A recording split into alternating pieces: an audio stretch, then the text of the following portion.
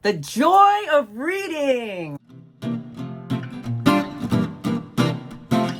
And as many of you have probably experienced Jason's content in being inspired or being re-inspired or getting ideas for books or whatever it is after seeing some of his content, I have also experienced that in my own way. Over the years, we have read books together, but for the most part, I did that while driving to and from work, and that was all through Audible.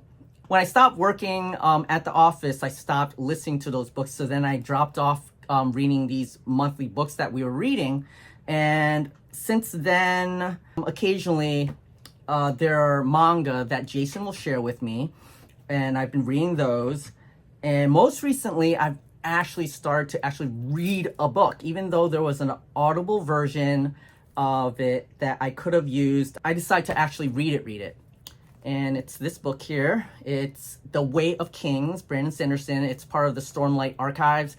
I haven't actually read a book in quite a while, especially fictional. I have read more nonfiction, and I'm quite excited. I haven't gotten quite as far as he has. I'm gonna try to catch up. I don't know if that's possible. I'm only on page 84, and he hopes to finish up to 400 something today, which is this much different.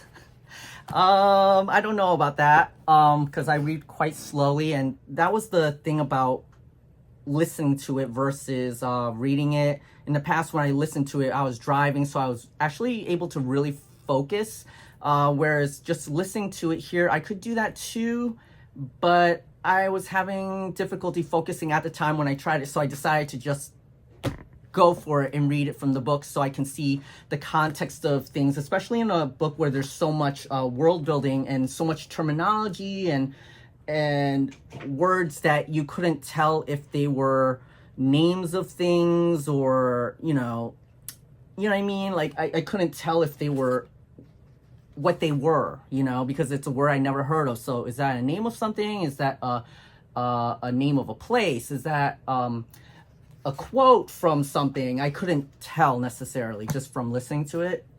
So being able to see it myself, I could say, oh, look, this is a quote from like some kind of scripture. That's what these words are from. Collected on the 3rd of Jesnan, 1172, blah, blah, blah, blah. And, all these different things like cull, a Reshi cull trainer. And I didn't know what a Reshi is. I didn't know what Chul was. Of course, obviously, when you read, you'll realize what that is. But the fact that Reshi is capitalized, I can gather more information from that.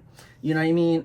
So there were lots of things that I felt I could grasp more, and also at my own pace, versus the alternative was to also be reading alongside the Audible book, which some people do. And I thought about doing that, but I chose not to. I decided to really let myself go at my own pace versus just following along with the Audible and skipping over stuff, even if I might have missed it, and just kind of get an overall picture, which is okay too. You can kind of get an overall picture. I mean, that's how people speed read, I think. Anyways, I'm doing that, and I'm super excited. It's a chunky book, right?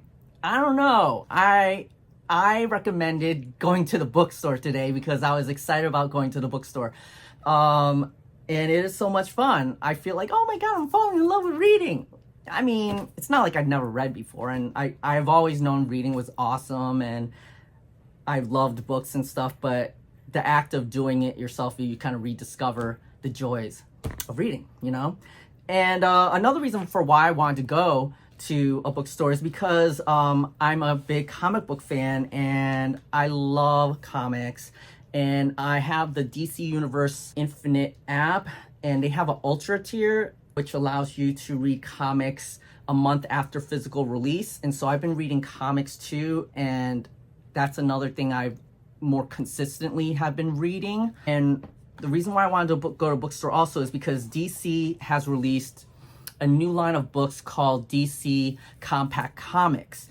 And basically, they're just another format and an initiative to kind of market more to how reading has been changing in regards to graphic storytelling, sequential art with manga. being so popular right now. And so they have a smaller format, which is roughly around these dimensions, maybe a little larger, but very similar, if not exactly the same dimensions. And the thing is, it's curated, so they're picking out their best stories. And when you get one, it is the complete story. Like if the original story was 12 issues long, they collected it into a graphic novel, which is typically like this size, it would be like $30. And I'm not even exaggerating. I literally looked and was like, oh, wow, this is $30. And there are some that are more than $30. The compact version of it is the same book for $10. Maybe I'll add a picture, but I was just like, oh, I'm so excited. This is so cool.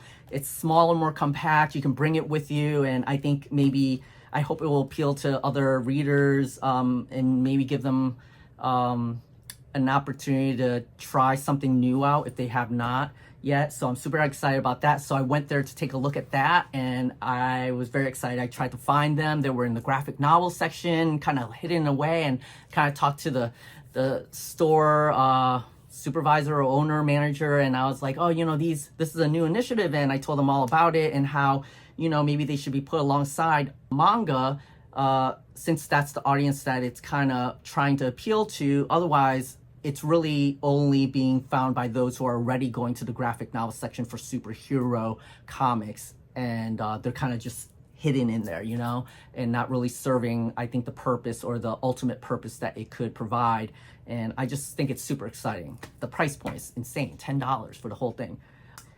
And then number two, the initial reason why I wanted to record this is because also, like I said, Jason has been sharing manga with me, and we've been reading through a number of different manga, varying from Dragon Ball, like reading through all of Dragon Ball now, and also reading through all of One Piece, Shangri-La Frontier, which I'm really enjoying. Is Frieren one of them? Yeah, I think Frieren, we kind of started. I'm having trouble thinking of all of them right now. But there's a bunch of them, and I am kind of in a backlog right now because I don't read as fast as Jason. I have about this many in the stack that I'm behind. And I'm currently reading this book here. I want to talk to you about Cherry Magic.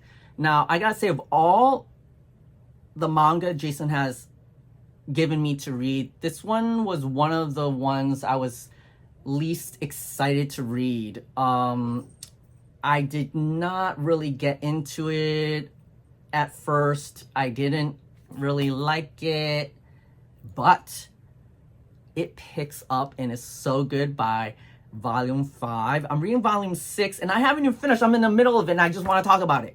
So, spoilers. Cherry Magic. Why is it called Cherry Magic? It's because cherry, as in like virginity. So this person's 30 and he's still a virgin. And when you're 30 and still a virgin, you gain magical powers. And in this case, it's being able to read the minds of other people. Cherry Magic. 30 years of virginity can make you a wizard. And so at first it was kind of slow for me. It maybe is a trope, maybe it's this type of BL type of thing. I haven't read too many BLs, and maybe it's very common. I just wasn't really getting into it. Basically, he could read the minds of people that he gets in contact with. And long story short, what I ended up really, really liking about it and appreciating about it is the idea that, okay, sure, he can read the minds of this person who likes them, and there's that whole dynamic of them keeping it a secret and being able to know their inner thoughts, and so they can react appropriately. And that becomes a problem because, as a secret, then it feels like it's kind of wrong that you're only responding in the manner that you are is because you know how the other person feels. And then this is like spoiler territory, so please, spoiler alert.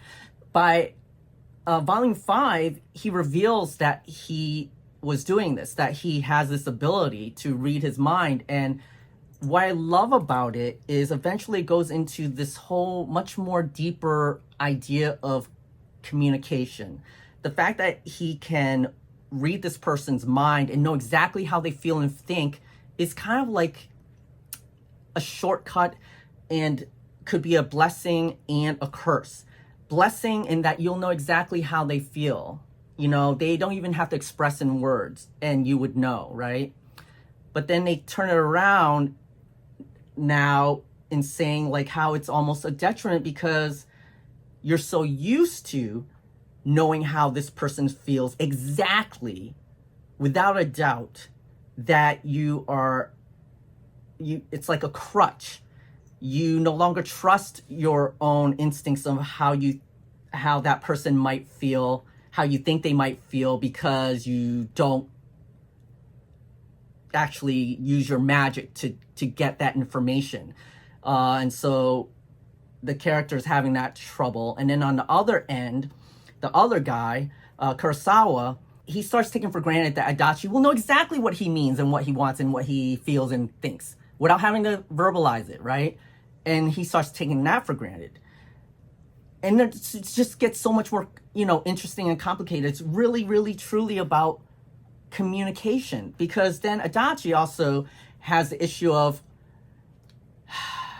I'm so used to being able to tell how you feel and think, but I'm not used to having to share how I feel and think. And I'm being Adachi. I'm having trouble communicating these things in words. I wish you had my power so you could just know without me having to put into words, because Adachi's having major problems explaining or being able to describe how he feels, especially in the moment he just goes blank. And I can totally relate to that. Sometimes it's hard to put things into words. Words are concepts and, things that we create, and to put things into words is not always as accurate as true as pure as the thought itself, and definitions and interpretations can change things too. So I love all this aspect and exploration of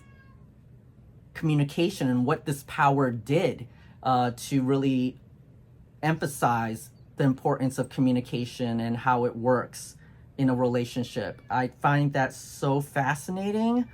And this moment in particular, where Adachi has gone to another place, like he's out of town, and Kurosawa's back home, and Adachi just revealed that he had this power to Kurosawa, and now they're all experiencing all these communication difficulties that I just described. And so Adachi, instead of verbalizing how he feels because he has such difficulty, he decides to write it down and just give it to him before he takes off on his trip. And then Kurosawa, being frustrated because Adachi couldn't verbalize how he felt about him, it's like, oh, he's away, he's gone, and then finds this note and then reads it, and it's like, oh my God, I need to see him right away. And then so he shows up, surprise, and he's like, Adachi, I really liked what you said in that letter, but I want to hear it from you. And then Adachi is like, oh my God, now I'm put on the spot, now I have to verbalize it. In that moment, when he finally does try to verbalize it, even though it's not what he imagined or how he wanted it to come out, it ended up to be perfect. It like ended up blowing Kurosawa's mind, and it was just such a great moment. It made me think of more of the joys of reading. Like,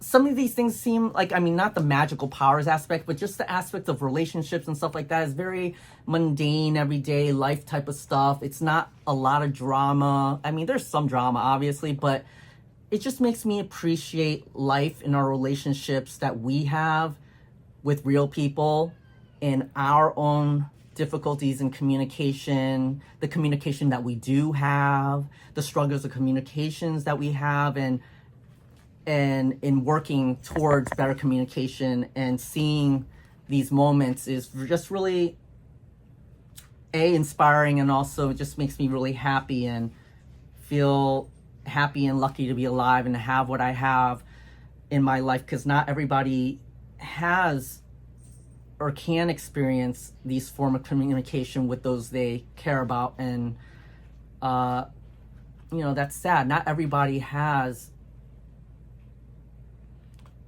these magical moments. these opportunities, and that's why communication is so important. And I'm just, yeah, I just wanted to share that. I literally want to read this scene out to you. That's what I wanted to do. It's just so good. So you're just gonna have to trust me, because I don't think I'm gonna, if I end up reading this out to you, I'm literally gonna be acting out both of these characters, and I don't think I should do that right now. So yeah, highly recommend pushing through the 4th volume to get to the 5th if you're reading this, because I definitely really like it now. The first 4 was kind of a drag to read, to be honest. I didn't really want to do it, but I did it because it's part of my reading pile, I guess, and I'm so glad I got here. Now, honestly, I fly through these volumes. I can't wait to read the next one. It's easy to read now, and now I'm looking forward to seeing the anime. That's another great thing about manga and anime, is that often a lot of the things that we read are also in anime, and the translations are fairly great. I often find myself confused about whether or not I read it or watched it, because having read it when I watch it makes me feel like I've watched it, and vice versa, because they do such a good job in most cases, at least in the things that I've experienced. And I have grown to appreciate and love manga and anime so much, and it's because of Jason. It's because of Easy Cat. So I'm sure others of you have experienced this love and joy of discovering new things, and I'm just super grateful. I love it.